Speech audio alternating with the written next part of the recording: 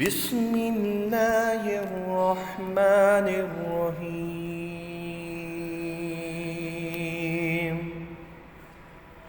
هل أتاك حديث الغاشية وجوه يومئذ خاشعة عاملة ناصبة تصلى نارا حامية تسقى من عين آنية ليس لهم طعام إلا من ضريع لا يسمن ولا يغني من جوع وجوه يومئذ ناعمة لصائها راضية في جنة عالية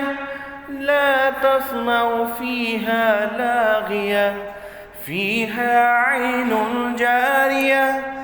فيها سرر مرفوعة وأكواب موضوعة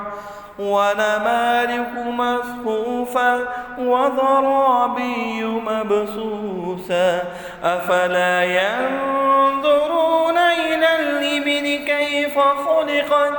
وإلى السماء كيف رفعت وإلى الجبال كيف نصبت وإلى الأرض كيف سطحت فذكر إنما أنت مذكر لست عليهم بمسيطر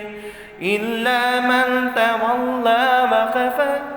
فيعذبه الله العذاب الأكبر